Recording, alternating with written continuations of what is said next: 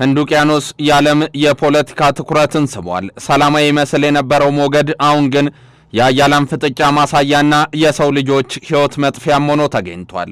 በኢራን የጦር መርከብ ላይ የደረሰው አደጋና ተከታዩ ሰቆቃም በበርካቶች ቀልብ እንዲሳብበት አድርጓል።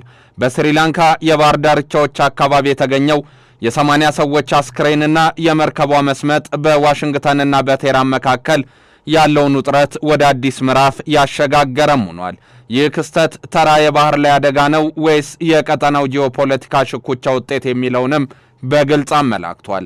የአሜሪካ መከላከያ ሚኒስትር ፒት ሄጌስት የሰጡት መግለጫና ከስሪላንካ የሚወጡ ዘገባዎችስ ምንን የሚያመላክቱ ናቸው የሚለው በልዩ ትኩረት ሁኔታው እንዲታይ አድርጓል።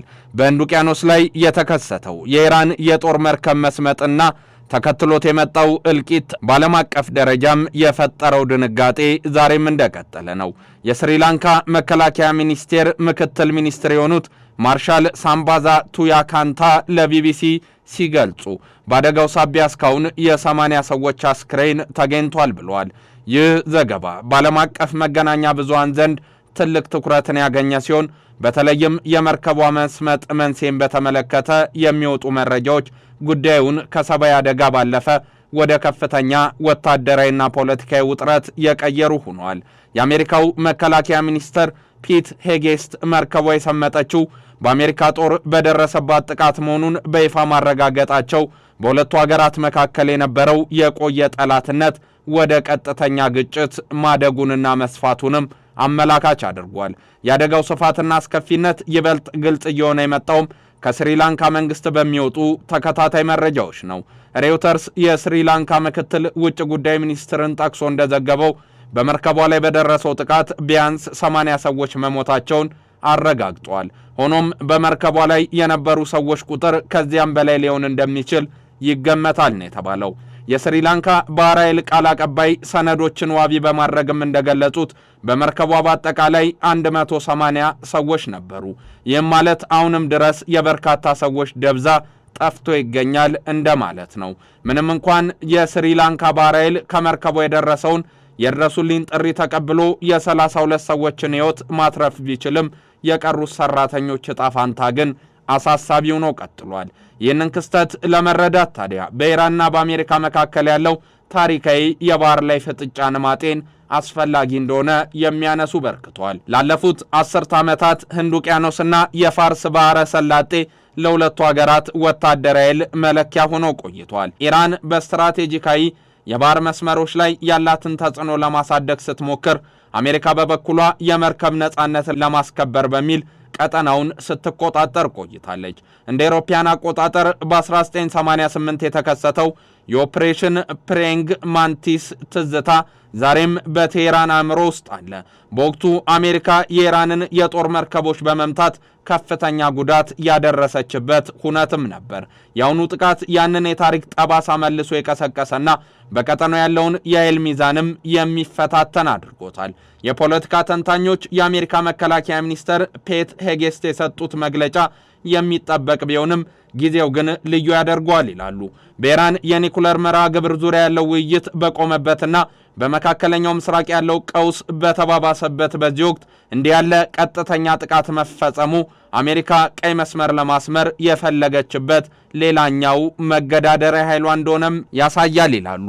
የውጭ ጉዳይ ተንታኝ የሆኑት ዶክተር ሮበርት ላውረንስ ለሲኤንኤን በሰጡት አስተያየትም ይህ ጥቃት ኢራን በባህር ላይ ለምታደርገው እንቅስቃሴ ግልጽ ማስጠንቀቂያ ነው።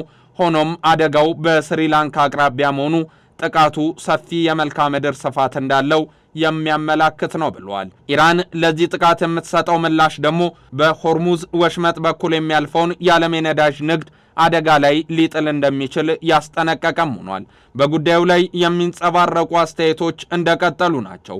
ዋሽንግተን ድርጊቱን ራሷን የመከላከልና የጸጥታ ስጋትን የማስወገድ እርምጃ አድርጋ ስትወስደው፣ በአንጻሩ ቴህራን ድርጊቱን የባህር ላይ ሽብርተኝነትና በዓለም አቀፍ ሕግ ላይ የተፈጸመ ጥቃት በማለት ተፈርጇለች። የስሪላንካ ሚናም በዚህ መሃል ትኩረት የሚስብ ሆኗል። ሀገሪቱ በአንድ በኩል ሰብአዊ እርዳታ እያደረገችና አስክሬኖችን እየሰበሰበች ቢሆንም በአያላን ሀገራት መካከል በገባችበት በዚህ ዲፕሎማሲ አጣብቂኝ ውስጥ የገለልተኝነት አቅሟን ለማስጠበቅ ትገደዳለች። የስሪላንካ መከላከያ ሚኒስቴር በመግለጫው ታዲያ የባህር ኃይሉ የነፍስ አድን ጥሪ ሀገሪቱ ለዓለም አቀፍ የባህር ላይ ሕግጋት ያላትን ታማኝነት የሚያሳይ ቢሆንም በግዛቱ አቅራቢያ የተፈጸመው ይህ ወታደራዊ እርምጃ ግን ቀጣይ ስጋት ይሆንባታል ብሏል። ኢኮኖሚያዊ አንድምታውም በዛው ልክ ነው። ህንድ ውቅያኖስ ለዓለም የንግድ ፍሰት ወሳኝ መተላለፊያ ነው። እንዲህ ያሉ ወታደራዊ ጥቃቶች የመርከብ መድህን ዋስትና ዋጋን ከማናራቸውም በላይ የንግድ መርከቦች መንገዳቸውን እንዲቀይሩም ሊያደርጉ ይችላሉ። ይህ ደግሞ በዓለም አቀፍ ደረጃ የሸቀጦችና የነዳጅ ዋጋ ሊያሻቅብ ይችላል የሚል ጉዳይን አስነስቷል። በርካታ ዲፕሎማቶች በኢራን በአሜሪካና በእስራኤል መካከል የተፈጠረውን ውጥረት ተከትሎ የጸጥታው ምክር ቤት የአስቸኳይ ስብሰባ እንዲያደርግ እየወተወቱ ነው። ኢራን አጸፋዊ እርምጃ ለመውሰድ የምትመርጥ ከሆነም ግጭቱ ወደ ሌሎች የቀጠናው ሀገራት ሊዛመት ይችልና ሌላ የጦርነት ምንጭ ሊሆን ይችላል የሚል ስጋትም አላቸው። በሌላ በኩል አሜሪካ ተጨማሪ ማብራሪያ እንድትሰጥ ከዓለም አቀፍ ማህበረሰብ ግፊት ሊበረታባት ይችላል። በተለይም የስሪላንካ መንግስት ያወጣቸው የሟቾች ቁጥርና የአደጋው ስፋት ጥቃቱ ተመጣጣኝ ነበረው የሚል ጥያቄም እንዲነሳ ማድረጉ አይቀሬ ነው። የኢራን የጦር መርከብ በህንድ ውቅያኖስ መስመጥ የሰው ልጆች ሕይወት የጠፋበት አሳዛኝ ክስተት ብቻ ሳይሆን የዓለም ፖለቲካ አደገኛ አቅጣጫ እየያዘ መሆኑን ምልክትም ሆኗል። ከ80 በላይ የሚሆኑት አስክሬኖች መገኘትና የጥቃቱ መንስኤ መታወቅ በቀጣይ ቀናት በዋሽንግተንና በቴህራን መካከል የሚኖረውን ግንኙነት እጅግ ውጥረት የተሞላበት ሊያደርገው እንደሚችልና ሌላ የኃይል መፈታተሻ መንገድን እንዲፈልጉ ሊያደርግ እንደሚችል አጠያያቂ አይደለም። ዓለም አቀፉ ማህበረሰብ ህንድ ውቅያኖስን የሚያክል ትልቅ የመተላለፊያ የውሃ አካልም ሌላ የጦርነት አውድማ እንዳይሆን ዲፕሎማሲያዊ ጥረቶችን ማጠናከር ይኖርበታል የሚል አስተያየት እየቀረበለት ነው። የስሪላንካ ባህር ኃይልም የሚያደርገው የቀሩትን ሰዎች የመፈለግ ሥራ እንደቀጠለ ቢሆንም የፖለቲካው ማዕበል ግን ከባህሩ ሞገድ በላይ እየበረታ መጥቷል። ህንድ ውቅያኖስ ሌላኛው የጦርነት ቀጠናም እየሆነ ነው። ይህንን ዓለም አቀፍ ትንታኔ ስናዘጋጅ ሬውተርስን፣ ቢቢሲን፣ ሲኤንኤንንና ዋሽንግተን ፖስትን በዋቢነት ተጠቅመናል።